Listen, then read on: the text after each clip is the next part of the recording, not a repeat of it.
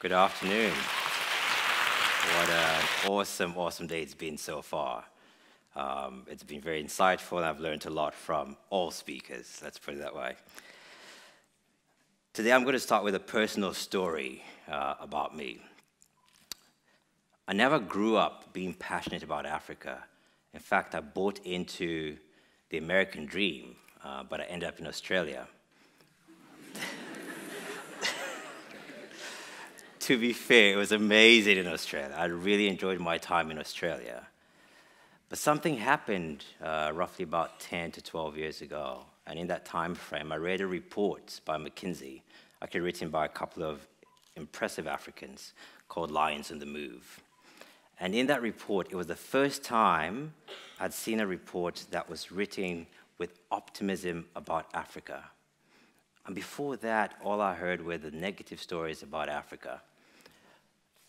And a couple of years later, I decided to move back to the continent. I live in South Africa now. And one of the things that actually started with that is, because I'm an author, I write for articles, I started doing a lot of research. I read far and wide, from anthropology, technology trends, political landscapes, to actually seeing some trends that happen on the continent. One of the big things I picked up very quickly was that we're always quite impressive in our achievements, but we don't tell our stories.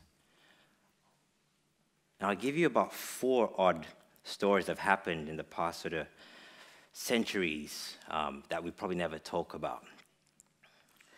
The first one, which most people don't know about, was about 70,000 years ago. The first Homo sapiens on the continent originated from East Africa. Thank you. And more impressively is they figured out how to traverse the entire world. If you're not impressed by that, you just try walking from one country to the next without any roads, and then you realize how impressive that is.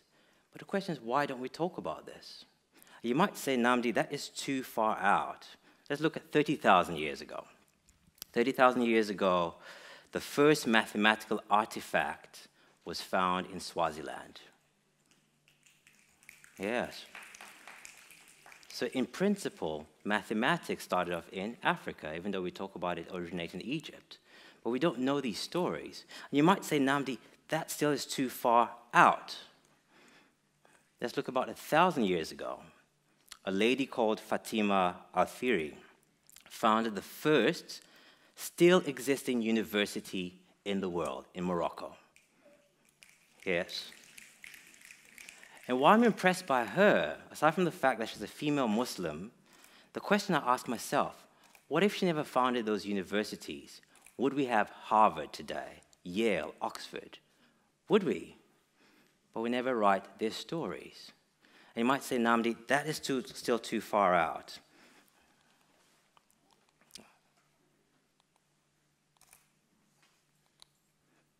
You might say that's still too far out. And let's talk about M-Pesa. And also, it's very annoying for me when I go to conference and I talk about M-Pesa, and people still don't know about M-Pesa. 10 years ago, M-Pesa was launched in Kenya, and it's proven to probably be the most successful financial services product in the world. Yeah. Thank you. And one question I keep asking myself is, why don't we see this in our history books? When I open my school book, or you open your school book, why aren't these stories in the history books? And because I travel far and wide and write about African innovators, I come across these very impressive African innovators, and something bothers me a lot. I go to the conferences, I meet them in a domicile, and they're doing impressive work. I go into my hotel room, and I type in innovation in Kenya, innovation in Botswana, innovation in Sierra Leone or Abidjan. Nothing pops up. And you know, in this day and age, if you're not on Google, you might as well not exist. I'm going to start off with, I'm going to talk about a few African innovators I've come across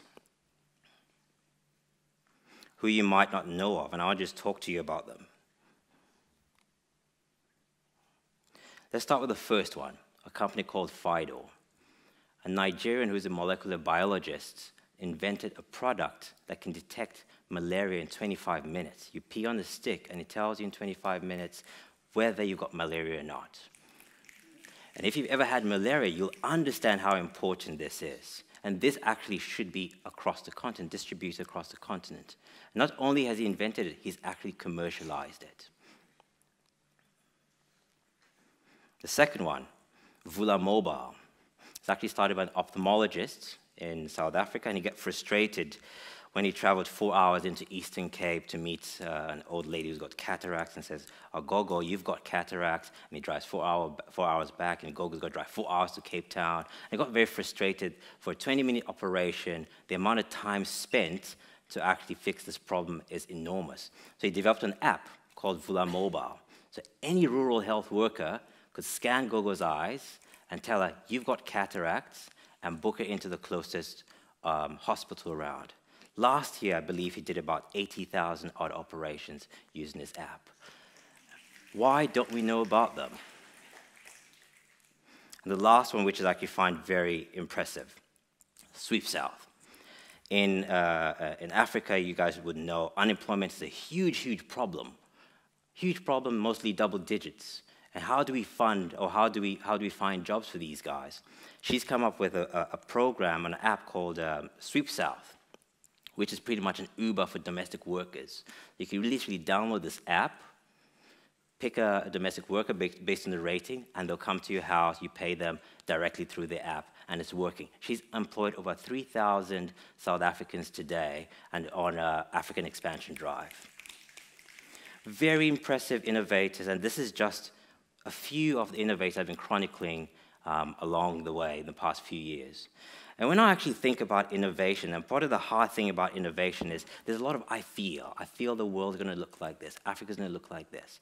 And the reality, as someone said earlier, you can't anyone tells you they can predict what Africa's going to look like or innovation is going to look like is lying to you. It's very hard to do that.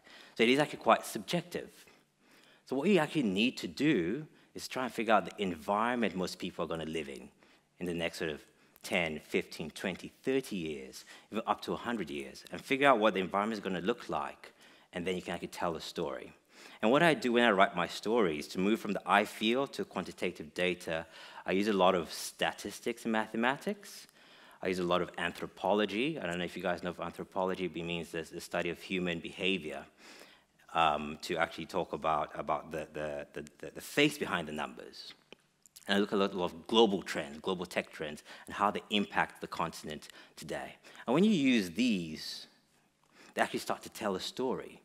And that's a very important part. And what I'm going to try and do is take you through a journey with these thought processes to actually paint a picture of what Africa would look like in the next coming decades.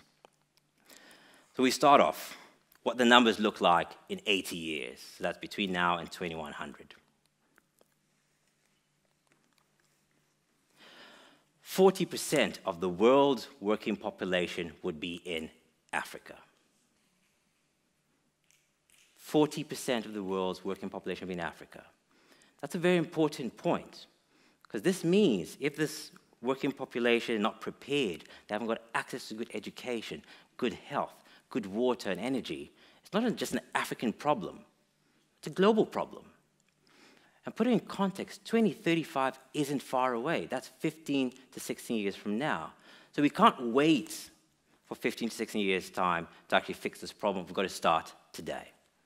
Another stat that you might find fascinating, and actually this for me was a very interesting one, when you look at the projections for the top 100 global cities in the next coming century, 35 of those cities will be in Africa. Currently sitting at 10%. So it shows there's a massive, massive population growth that's going to be spiking in the coming decades. And if you start to use population growth as an indicator of economic prosperity, you can actually start to see the movement of which countries will start to play a major role on the continent. And of the 35%, 7 of those would be Nigeria, with Lagos being the largest city in the world by 2100. This is the part most of the Nigerians go wild. right? And this means Nigeria can't fail as a country in the continent. If seven of the largest megacities in the world reside in your country, Lagos being the largest city in the world, Nigeria can't fail. And if you start to apply an anthropology lens on this, there's a theory that actually says we might actually have to learn Yoruba, which is one of the top 3 languages spoken in Nigeria today. And most people think, Nnamdi, that is so far-fetched. What does it mean? But it's not too far-fetched when you think about it. You want to go to China, you learn Mandarin, right? Because of the economic growth there. It's not far-fetched for us then to learn Yoruba. And I use an argument here that last year, Brazil made Yoruba its official language, with Yoruba being taught in schools today. So if the Brazilians know something, we should also figure it out. Then we've talked about the stats, we've talked about a bit of anthropology. Let's talk about the technology landscape in Africa today. And most people think of technology in a very far away type of thought process. AI is going to happen in the next 20, 30, 40 years. And what I'm going to try to do is take you through 3 examples of Silicon Valley type technology, and use Silicon Valley very loosely in the sense it could be Google, Facebook, Alibaba, Tencent on the continent. And when I was writing my second book called Taking on Silicon Valley, I saw this very subtle trend of technology, Silicon Valley technology players actually disrupting industries we never think about. Let's start with the first one, Google. Anyone knows Google? All right. Has anyone actually ever seen any marketing done for Google? No, right? But the reality is Google knows everything about you, right? They know when you're buying a car, what do? You type in BMW or Hyundai in Google search. They know when you're having a baby, you type in pram or baby's clothes, right? They know when you're buying a house. They know everything about you. And for years I've been talking about it, even in my book, that says Google, in essence, could become a bank. Google could become a bank. And last year, they became a bank. They got an e-money license in Lithuania, and they got an e-money license in Ireland, which changes the game, because we're all used to the banks, the traditional banks you've got to go into to get your money or put your money in, not Google. But the reality is they could become a bank, because they know everything about you. They could say, Nnamdi, we see you're about to have a baby. You're trying to get a bigger car here. We've negotiated a deal with the closest dealership for you. One click, checkout. I'm there, signing up. And it's happening today, not far-fetched. The second one, talk about KYC. I don't know if you guys know what KYC is, but it's know your customer. So most banks ask you to provide your 3-month bank statements, provide your proof of address, a bit of DNA samples, so we can open up an account. And it gets very frustrating, right, for you. And they need to know you as a customer, know your customer. But Facebook actually know you better than the banks do these days, or your telco operators. And what happens, if you've ever tried this exercise, what happens if one day you decide to log out of your Facebook account on your phone and do it on a brand new computer? Something happens. You get an email immediately saying, is this you? Right? It doesn't matter which country you're in. Is this you? You've got to be impressed by that. How does Facebook know we're 2 billion people at any one time? This is true KYC. And then one day, we'll have to log into our banking account using Facebook or Google. And people think that's far-fetched, but no, it isn't. Because these days, for most online commerce sites, when you log in, it asks you, either you can log in with your Facebook account, or you can log in with your Google account. That's true KYC, know your customer. And of these two, the one that actually bothers me the most, which is exciting and scary at the same time, is Truecaller. Anyone know Truecaller? Yeah, so those who don't know Truecaller, it's an app that blocks off all the spam calls you get. In South Africa, and having tested in Mauritius, in South Africa, I know for sure 3 banks come up as spam on Truecaller. 2 telcos, including my telco, come up as spam on Truecaller. It's like, wow, how does a small fintech somewhere in Europe block large multinationals? Very impressive. And we spend a lot of time doing the marketing to these customers, to ourselves, banking, or your telco provider. But the truth is you can't get through to these customers, because what do we do when we see the Truecaller? We just click decline. And one of the things you've got to think about with these technology trends, and it's been fascinating for me to see it, has anyone ever called their call centers? Anyone called Google's call center? No. Why? It just works. And I ask people, have you called your bank's call center? Yes. Have you called your telco call center? Yes. And the hypothesis I have is if you have a large call center in your business, or you're going into the call center industry, and you think of building a call center in this day and age, there's a direct correlation between that and business in operational inefficiencies in your business. And when I wrap this up, the question I actually want to ask here and propose here is, we should actually realize disruption in Africa is already here. When we talk about AI or we talk about intelligence, it's not happening in 10, 15 years' time. It's happening today. All that will happen is we're going to build on this. And because I'm an engineer by background, and I like facts, I don't like to propose and talk about stuff without actually having facts, I turned to mathematics. When I was a kid, I loved mathematics. It was my best subject. I've never admitted that until I was old enough right now to actually talk about it. Otherwise, I'd be labeled a nerd. And when I'm actually looking at these trends, I use a lot of mathematics. I look at a concept called the law of large numbers. I use a bit of social network analysis. I use the diffusion innovation theory. And I love the last one, the diffusion innovation theory, which I'll actually break down a bit now.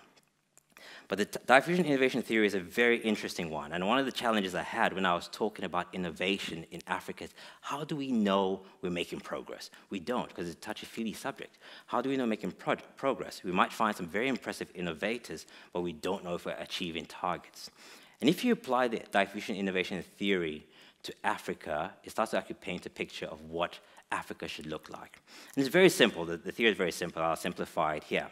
So let's assume you're launching the next new phone, the iPhone 10, the Samsung 10, or the Samsung 99. It doesn't matter.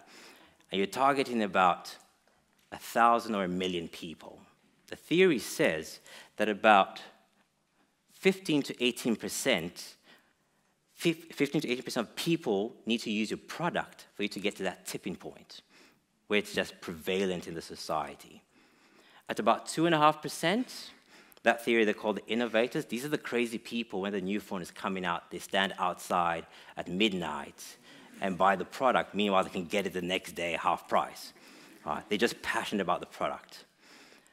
When I apply this principle to Africa, at 1.2 billion people, when you apply the theory of diffusion innovation, at 15% to 18%, you need about 250 million Africans just to be passionate about our continent, think positively about our continent. Whether you're an accountant, whether you're a laborer, whether you're a domestic worker, whether you're a lawyer, we just need to figure out how to move Africa forward. Doesn't matter. At about 2.5%, these are the guys I call the innovators, the entrepreneurs. 2.5% of 1.2 billion people is 30 million Africans, 30 million innovators, 30 million entrepreneurs, who I believe can really drive Africa forward. And actually, that's what the Disrupting Africa Encyclopedia, which I'll talk about, is all about. Then I have a theory that there's a smaller subset in there, which I call the Visionaries. So think Steve Jobs, right? Steve Jobs changed the landscape of technology across the world. Without Steve Jobs, you probably wouldn't have WhatsApp. You can imagine doing WhatsApp on SMS, it just doesn't work. And if you apply that theory to Africa, you only need 17 visionaries to disrupt Africa. And today, I've only come across one. My life's mission is to find the other 16. And when we find them, the only job we have is to make sure we support them, promote them, provide them whatever services they need to actually move Africa forward. So this is all very nice and good, Nnamdi, when you've talked about the technology, you've talked about the trends, you've talked about the statistics and mathematics. Great, Nnamdi, you're tracking. But what does this have to do with storytelling? And it actually bothered me for a very long time trying to figure this out. How do we marry storytelling, the importance of storytelling and technology? Is there a correlation between the two? And it so happens there is. So some research has been done in the United States that show that the kids who used to watch Star Trek, who used to watch Star Wars and Minority Report, the sliding and all that, when they grew up 2 or 3 decades later, there was a massive surge in patents in the technology space. So those are the guys who now start creating technologies that we're using today. There's also then hypotheses that say the kids today who are watching the likes of Harry Potter will become more empathetic in the next 2 or 3 decades because they're actually dealing with minorities now. They know the plight of the minority populace. And I ask myself the same question. Does this apply to Africa as well? What stories do we hear about ourselves as kids that might actually affect us today? Is there a negative correlation? And I could tell you a personal story. And you guys would probably know this. When you were in school, we taught A is for apple, B is for ball. And I remember when I moved from the UK as a kid to Nigeria, I remember the first time I saw an apple. Because apples are not generic, they don't grow in West Africa. The first time I saw an apple was when I was about 12 years old. My dad had traveled to South Africa and he came back with an apple. I was like, wow, this is an apple. I was so excited by it. And what did I do? This was over the December holidays. I wrapped it up nicely in a newspaper and put it in the cupboard. Going to show my friends an apple when the school reopened. And guess what happened to the apple in January? It was rotten. And I fast forward 2 to 3 decades later, I asked myself, did that story, the fact that I'd never seen an apple, influence me today to think of African innovation in a different light? And I asked myself, why can't A be for agbalumo, which is a Nigerian product? Nigerian fruit, or any African fruit. Why can't that be the case? Why can't it be the case? Why don't we tell our kids the stories that they relate to today? Because some of these stories are too far-fetched for us. So if I have a daymare, which sometimes scares me or excites me, depends on how I feel on that day. I have this feeling that one day we're going to wake up in 2 or 3 decades, and in school, a kid is learning, and the teacher's saying, who are the greatest technology entrepreneurs of your time? And they'll rattle it off. Steve Jobs, Bill Gates, Mark Zuckerberg, and there'll be no African innovator in there or entrepreneur.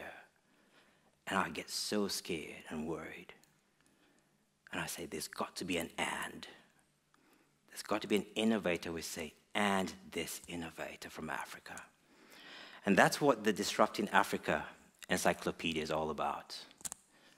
When I decided to find the 30 million Africans who can disrupt our continent. And I know this for myself because I'm not objective about African innovation or Africa in itself. I'm too optimistic. I'm on the other spectrum. And I think I'll balance the people who are pessimistic about the continent. And why an encyclopedia? An encyclopedia forces you to be objective. It forces you to have referenceable material. And I want the day that the next generation after me would say, I know that African innovator. Why? Not because Nnamdi says so, because I can see referenceable material. And because of what they've done, I will be better. This is why stories are very important for us as a continent. And I'll leave you one parting question. What if we wrote our stories? Imagine a world where we write our own stories. We alone can write our own stories. Thank you.